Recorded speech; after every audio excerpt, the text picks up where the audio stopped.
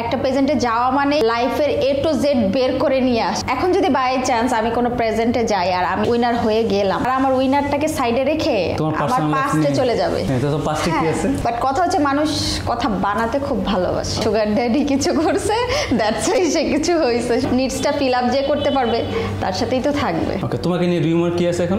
10 লক্ষ টাকা দিয়ে আমি উইনার হয়ে আসবো, এত পাগল তো আমি। আর এখানে ভাইরাল হলে কাজ পাওয়া যায়, এটাও ট্রু। ওরা ঠিকই টাকা দিয়ে কিনে আনছে, আমি নাম বলবো না। একটা ক্রাউন কিনে নিয়ে এসে বাংলাদেশে আমি উইনার। দেশের বাইরে করব না, দেশেই করব, বিকজ আমাদের দেশে আবার এটা ভালো চলে। সবার লাইফেই তো কেউ না কেউ থাকে, কেউ বলে কেউ বলে না। যে হিরো আলম আর জায়েদ খানের একজন যে খ্যাত এটা তো সবাই জানে, আরেকজন স্মার্ট খ্যাত। সাকিব খানকে আমার কেমন লাগে তাহলে বলবো খুবই বাজে, কান্তই পার্সোনাল। তাহলে ওনার যে দুইটা ওয়াইফ পু আর বুবলি, আজকে সকালে আবার নতুন নিউজ দেখলাম যে বুবলির নাকি আগে বিয়ে হয়েছিল, একটা বাচ্চাও আছে। আমার মুভি হিট না হোক, আমি তো হিট। এখানে সাকিব খান বারবার বলছে বেবি না নেওয়ার জন্য।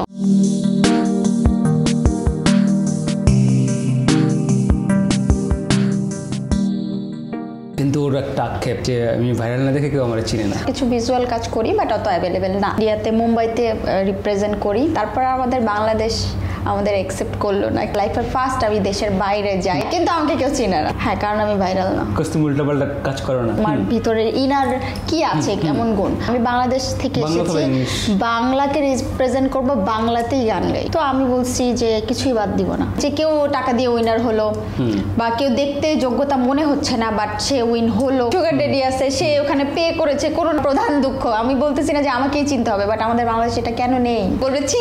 এত বিচ্ছিরি গান গাইছে ও। তো এরপর মুম্বাই থেকে আসার পরে তুমি কি করছো, তুমি কি ট্রাই করছো? ওখান থেকে আসার পর আমার বিভিন্ন ফ্যাশন হাউসের সাথে কাজ হয়, ওদের সাথে আমার ফেসবুকের মাধ্যমে কানেক্ট হই আমি। এছাড়া আমার কিছু ফ্রেন্ড সার্কেল যারা আছে ওদের মাধ্যমে আমি কিছু ব্র্যান্ডের সাথে কাজ করি। তো এইভাবেই এখন করে যাচ্ছি। বলা যায় যে মোটামুটি অত পপুলারিটির কোনো না, বাংলাদেশে কোনো বিউটি প্যাজেন্টে যাই নাই। বিকজ হচ্ছে কি, যেভাবে মানে একটা প্যাজেন্টে যাওয়া মানেই মানে লাইফের এ টু জেড বের করে নিয়ে আসা, আমার মনে হচ্ছে যে মানে এখন যদি বাই চান্স আমি কোনো প্রেজেন্টে যাই আর আমি উইনার হয়ে গেলাম, তারা আমার উইনারটাকে সাইডে রেখে আমার পাস্টে চলে যাবে। এখন পাস্টে কিছু না থাকলেও তো পাস্ট বানাবে, থাকতেই হবে। আমরা না কিছু নেই, বাট কথা হচ্ছে মানুষ কথা বানাতে খুব ভালোবাসে। তোমাকে নিয়ে কি বানাতে পারে? আমি একটু ভয় পাই তখন হয়তো বা আসলে কি মানুষ কি বানাবে আমি এখন কিভাবে বলবো। আর এখন তো হুট করেই সবাই বলে দিবে যে হ্যাঁ সুগার ড্যাডি কিছু করছে, দ্যাটস ওয়াই সে কিছু হয়েছে। সুগার ড্যাডিটা এখন বেশি চলতেছে তোমার লাইফে। আর তার থেকে বড় কথা হচ্ছে তোমার লাইফে চলতেছে? আমার লাইফে না, কোনো সুগার ড্যাডি নাই। তোমার বান্ধবীদের লাইফে কিছু কিছু আছে, তুমি জানো? হ্যাঁ, কিছু কি শেয়ার করো তোমার সাথে?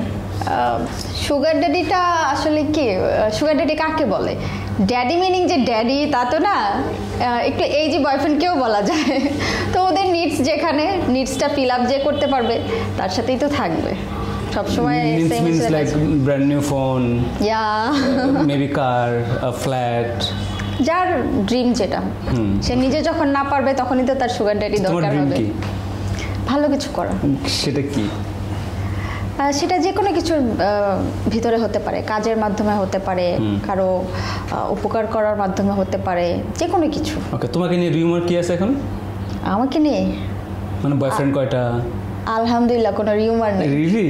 এই জন্য তোমাকে কেউ চিনে না? যদি থাকতো তাহলে অবভিয়াসলি তো বলতো না যে কিছু একটা হয়েছে, সেটা নাই। সো কোনো প্ল্যান আছে এরকম টু গেট ভাইরাল? নো, মানে ওইভাবে চাচ্ছ না?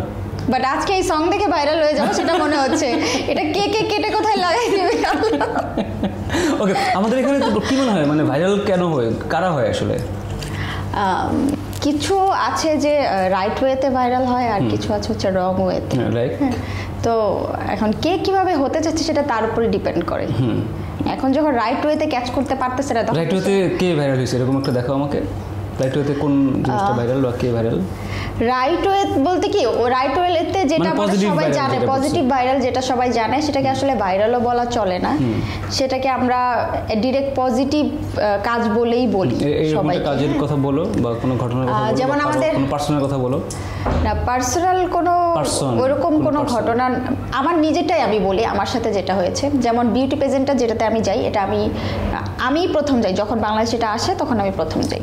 তো উইনার হয়ে আসার পর অনেকেই আমাকে বলে কি যে আমি 10 লক্ষ টাকা দিয়ে উইন হয়ে এসেছি। তা আমি বলতেছি সিরিয়াসলি আমি বাংলাদেশে টাকা না দিয়ে আরেকটা দেশে গিয়ে 10 লক্ষ টাকা দিয়ে আমি উইনার হয়ে আসবো? এত পাগল তো আমি না।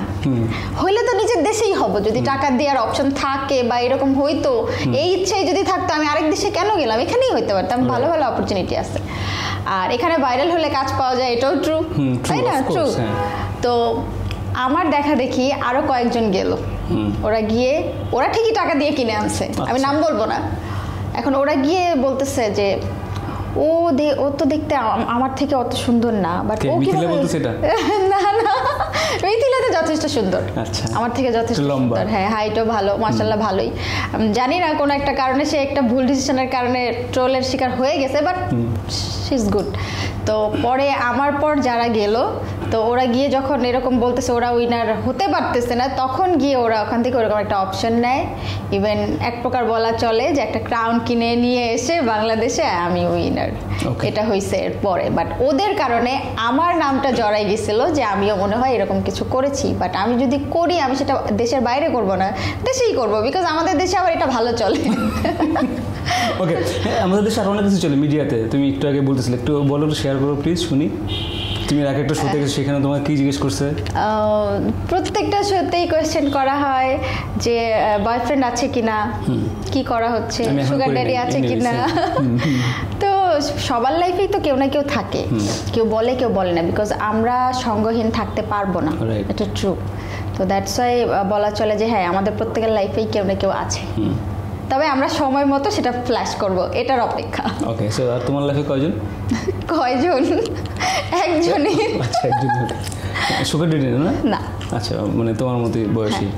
ওকে, হ্যাঁ, আমি জানতে চাচ্ছিলাম তোমাকে এর আগে একটা শোতে কোশ্চেন করছিল, কাকে নিয়ে তুমি কথা বলছো বা দুইজনকে নিয়ে কথা বলছো, বলো সেই ঘটনাটা একটু শুনি।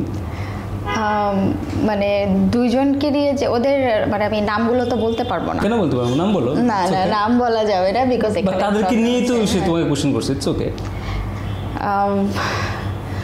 আসলে কি এই টপিকে কেন কথা বলি না, বিকজ এটা আবার বাইরে মানে পার্সোনাল অ্যাটাক হয়, যার কারণে এই ব্যাপারে কথা বলি না। মানে তুমি যেটা বলছো অলরেডি সেটা বলো, সেটা শুনতে যাচ্ছি। কি বলছিলা? দুজনকে নিয়ে যে কথা বলছো তুমি, সেটা বলো। ওই যে বললাম যে ওরা গিয়ে সবার কাছে বলল যে আমি 10 লাখ টাকা দিয়ে। এটা না, আরে বাবা, মিডিয়ার কথা বলতেছি। দুজনকে নিয়ে তুমি কথা বলছো, তোমার কোশ্চেন করছে যে কার নায়িকা হবেন, সেটা বলো। ও আচ্ছা, ওটা হ্যাঁ বলো। সেটা হচ্ছে আমাকে কোশ্চেন করা হয়েছিল যে আমি জায়েদ খানের নায়িকা হতে ইন্টারেস্ট কিনা। হ্যাঁ। আর বলা হয়েছিল যে হিরো আলম আর জায়েদ খানের মধ্যে পার্থক্যটা কোথায়। তো আমি বলেছিলাম যে একজন যে খ্যাত এটা তো সবাই জানে, আরেকজন স্মার্ট খ্যাত, তো এর থেকে বেশি ডেফিনেশন আর কি দিব, বিকজ আমার কাছে এটাই মনে হয়। বিকজ খ্যাত না হলে তো একটা মানুষ কি পড়তেছে সেটা আবার এসে এসে বলে দেখানো, ডিগবাজি দেয়া, এগুলো আসলে কোনো মানে নর্মাল মানুষের কাজ না, তাই না? তো এটাই বলেছিলাম। আর তারপর জিজ্ঞেস করা হয়েছিল যে সাকিব খানকে আমার কেমন লাগে, মানে কমন কোশ্চেনস। ওকে, তো আমি বলি যে যদি পার্সোনালি বলেন তাহলে খুবই ভালো একজন মানুষ হিসেবে। আর যদি আমার সাথে ওনার একবার দেখা হয়েছিল এফডিসিতে, তো ইন্ট্রোডিউসিংটা খুব ভালো ছিল, বিহেভিয়ার ভালো ছিল, ভালো হলে তো ভালো বলবোই, পার্সোনালি কোনো খারাপ ছিল না। বাট আমাদের ইন্ডাস্ট্রির দিক দিয়ে যদি বলে তাহলে বলবো খুবই বাজে, বিকজ ওইটা তার দোষ না, আমাদের ইন্ডাস্ট্রি তাকে মেক করতে পারে নাই। ওনাকে বাইরে নিয়ে যে মুভিগুলো রেডি করা হয়েছে ওখানে তার লুকসগুলো খুবই ডিফারেন্ট, দেখতে সুন্দর, স্মার্ট, বাট আমাদের বাংলাদেশে কি হচ্ছে, তো যার কারণে তার মানে এরকম ব্যাড টাইপের কথা শুনতে হয়। বাট পার্সোনালি উনি খুবই ভালো একটা মানুষ।